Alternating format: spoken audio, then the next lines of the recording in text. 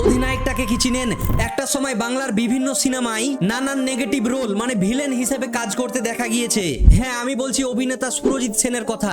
Recently একটা ভিডিওতে দেখা গেছে তিনি মুদির দোকান খুলেছে। ভিডিওটা রাতারাতি ভাইরাল হয়ে যায়। তার বক্তব্য, দাদা আমাকে একটু দেখবেন, আমাকে একটা কাজ দেবেন। কি দুর্দশা দেখুন, 24 বছরের অভিজ্ঞ একজন অভিনেতাকে কাজের জন্য ভিক্ষা চাইতে হচ্ছে। ইন্ডাস্ট্রিতে কাজ না পাওয়ায় মুদিখানার দোকান খুলে আপাতত তার সংসার চলে।